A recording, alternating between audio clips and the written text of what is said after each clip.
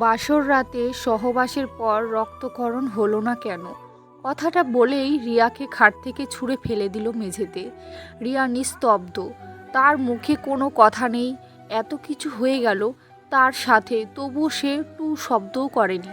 এদিকে রিয়াদ এসে রিয়ার হাত ধরে টানতে টানতে রুম থেকে বের করে নিয়ে যাচ্ছে। বাড়ির সবাই এই দৃশ্য দেখে নানান রকম প্রশ্ন করলেও কারো প্রশ্নের জবাব সে দেয়নি। রিয়াকে নিয়ে সোজা চলে আসে তার শ্বশুরবাড়ি। এত সকালে মেয়ে আর নতুন জামাইকে দেখে রিয়ার বাবা মা অবাক হয়ে যায়।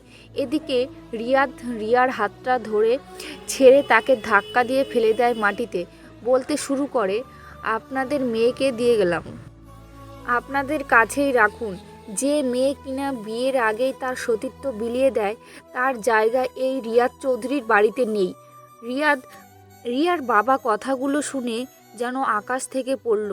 কাকুতি মিনতি করে বলতে লাগলো, দেখো বাবা, কোথাও হয়তো ভুল হচ্ছে। আমাদের মেয়েকে আমরা এই শিক্ষা দিয়ে মানুষ করিনি। ঠিকই বলেছ।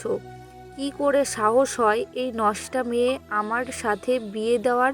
কাল ডিভোর্স পেপার পাঠিয়ে দেব, যেন সই করিয়ে পাঠিয়ে দেয়। কথাগুলো বলে রিয়াদ বাড়ি থেকে বেরিয়ে চলে গেল। এদিকে এখনও রিয়ার মুখে কোনো কথা নেই, চুপ করে বসে আছে। রিয়ার বাবা মা তাকে এমনভাবে বসে থাকতে দেখে তার কাছে গেল। রিয়ার মা কাঁদতে কাঁদতে বলতে লাগলো, যে মেয়ের আমার অবৈধ সম্পর্ক তো দূরের কথা, কখনো কোনো অপরিচিত মানুষের সাথে কথা পর্যন্ত বলেনি, তার নামে এমন অপবাদ! যার হাজারো কল্পনা স্বপ্ন ছিল যে স্বামী নিয়ে, আজ সেই স্বামী তার এমন মিথ্যা অপবাদ দিল। রিয়ার মায়ের হাতটা ধরে বলতে লাগলো, তুমি কিছু ভেবো না মা, সব কিছু ঠিক হয়ে যাবে। আর বাবা, তুমি যদি দ্রুত সম্ভব এই শহর ছাড়ার ব্যবস্থা করো, আমার দূরে কোথাও চলে যাব। কয়েকদিনের মধ্যে রিয়ারা অন্য শহরে চলে যায়। পেরিয়ে যায় 10টা বছর। রিয়ার পড়াশোনা শেষ হয়েছে। এখন সে এই শহরের একজন নামকরা গাইনি বিশেষজ্ঞ ডাক্তার। চেম্বারে বসেছিল, হঠাৎ তিনটা লোক রুমে প্রবেশ করলো। রিয়া সামনে তাকাতে অবাক হয়ে গেল, কারণ তাদের তিনজনের মধ্যে একজন ছিল রিয়াদ। রিয়াদও রিয়াকে ডাক্তারের চেয়ারে দেখে বেশ অবাক হয়ে জিজ্ঞাসা করলো, তুমি এখানে? হ্যাঁ, তবে পার্সোনাল ব্যাপারগুলো ছাড়া অন্য কোনো কাজে আসলে বসতে পারেন, অন্যথায় চলে যান। রিয়াদ চেম্বারে বসে ইশারা দেখিয়ে বলল, এটা আমার বোন আর এটা আমার দুলাভাই। কালকেই তাদের বিয়ে হয়েছে। কিন্তু কি বলুন? বাসর রাতে সহবাসের পর রক্তপাত না হওয়ায় এখন দুলাভাই আমার বোনের সতীত্ব নিয়ে প্রশ্ন তুলছে।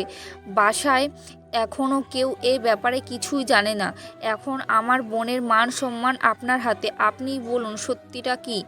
রিয়া রিয়াদের মুখের দিকে চেয়ে একটা মুচকি হাসি দিয়ে তার দুলাভাইকে উদ্দেশ্য করে বলতে লাগলো, আমাদের দেশের মানুষের একটা ভুল ধারণা আছে। শুধু আমাদের দেশে বললে হবে, ভুল হবে। আশেপাশে আরও অনেক দেশের মানুষের মাঝে এই কুসংস্কার প্রচলিত আছে যে মেয়েদের সতী পর্দা থেকে, আর যা প্রথম সহবাসের সময় ছিঁড়ে বা ফেটে গিয়ে রক্তপাত হয়, যা সম্পূর্ণই একটা ভুল ধারণা।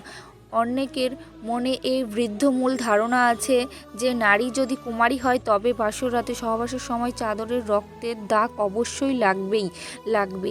এ বিষয়ে যে কাউকে জিজ্ঞাসা করলে এটাই বলবে যে সহবাসের সময় সতীচ্ছদ পর্দা ছিঁড়ে গিয়ে রক্তপাত হয়। কিন্তু আপনি কি আসলেই জানেন সতীচ্ছদ পর্দা আসলে কি? বিখ্যাত গাইনোকোলজিস্ট থাইলেস এর মতে, সতীচ্ছদ ছিঁড়ে না, কারণ এটা কোনো পর্দা নয় যেটা যোনিকে ঢেকে রাখে। এটা যদি সম্পূর্ণ বৈধই হয় তবে কিভাবে মায়েদের মাসিক হতো? তবে হ্যাঁ, কিছু কিছু মেয়েদের ক্ষেত্রে এটা বদ্ধ থাকে, সেক্ষেত্রে তাদের সামান্য একটা অপারেশন করিয়ে নিতে হয়। প্রথমবার সহবাসের ক্ষেত্রে সতীচ্ছদ পর্দা ছিঁড়ে যাওয়ার অসম্ভব। ভুলে যাও যা শুনেছ। হাইমেনেনের কারণে কেউ তোমার কুমারিত্ব নিয়ে প্রশ্ন তুলতে পারে না। এখন অনেকের মনে প্রশ্ন জাগতে পারে, তাহলে অধিকাংশ নারীর প্রথম সহবাসের পর রক্তপাত কেন হয়? বাস্তবে রক্তপাত তখনই ঘটে যখন যৌন মিলন সঠিকভাবে না হয়, অর্থাৎ আপনি আপনার স্ত্রীকে আঘাতের ফলে এমনটা হয়। আমাদের পার্শ্ববর্তী দেশে ভারতে রীতিমতো বিয়ের আগে গোপনে হাইমেন রিকনস্ট্রাকশন সার্জারি শুরু হয়েছে। বেশিরভাগ মুসলিম রক্ষণশীল পরিবারের নারীরা এমনটা করিয়ে থাকেন। বাস্তবে যেখানে এটা ছিঁড়েই না, তাহলে পর্দা সেলাই বা করে কিভাবে? দেশের হাজার হাজার মেয়ে লক্ষ লক্ষ টাকা এই সার্জারির পেছনে খরচ করতেছে। যুক্তরাষ্ট্রে রীতিমতো এটা মানবাধিকার লঙ্ঘন বলে দাবিও উঠেছে। একটা কথা অবশ্যই মনে রাখবেন, এটা কখনো নারীর সতীত্ব প্রমাণের মাধ্যম হতে পারে না, এটা নির্যাতনের মাধ্যম, জুলুমের মাধ্যম। কথাগুলো শুনে রিয়াকে ধন্যবাদ জানিয়ে সবাই খুশি মনে বেরিয়ে গেল। হঠাৎ রিয়া ফিরে এসে বলে, আমাকে মাফ করে দিও, আমি সত্যটা না জেনেই তোমার সাথে অন্যায় করেছিলাম। আজ চাইলেও আর তোমায় ফিরিয়ে নিতে পারবো না, কারণ তোমাকে ডিভোর্স দেওয়ার কিছুদিন পরে আরেকটা বিয়ে করেছি। এখন আমার 2টা সন্তান আছে। রিয়াদের কথা শুনে হাসতে হাসতে বলে, তোমার সাথে যদি সংসারটা টিকিয়েই রাখতে চাইতাম, তাহলে সেই দিনের এই কথাগুলো বলতাম। সত্য বলতে, আমি কখনোই চাইনি এমন নীচ মানসিকতার মানুষের সাথে সংসার করতে। কথাটা শুনে রিয়া মাথা নিচু করে বেরিয়ে যায়, আর রিয়া অবিরাম হাসতেই থাকে। আরও কয়েকদিন কেটে যায়। একদিন সকালে রিয়া কফি খেতে খেতে খবরের কাগজ পড়ছিল। হঠাৎ একটা পাতায় চোখ আটকিয়ে যায়। কাগজে রিয়াদের ছবি, হেডলাইনে বড় বড় অক্ষরে লেখা, 2 সন্তানের বাবা হওয়া সত্ত্বেও পরকীয়া করতে গিয়ে ধরা পড়ল এই শহরের অন্যতম বিজনেসম্যান রিয়াদ চৌধুরী।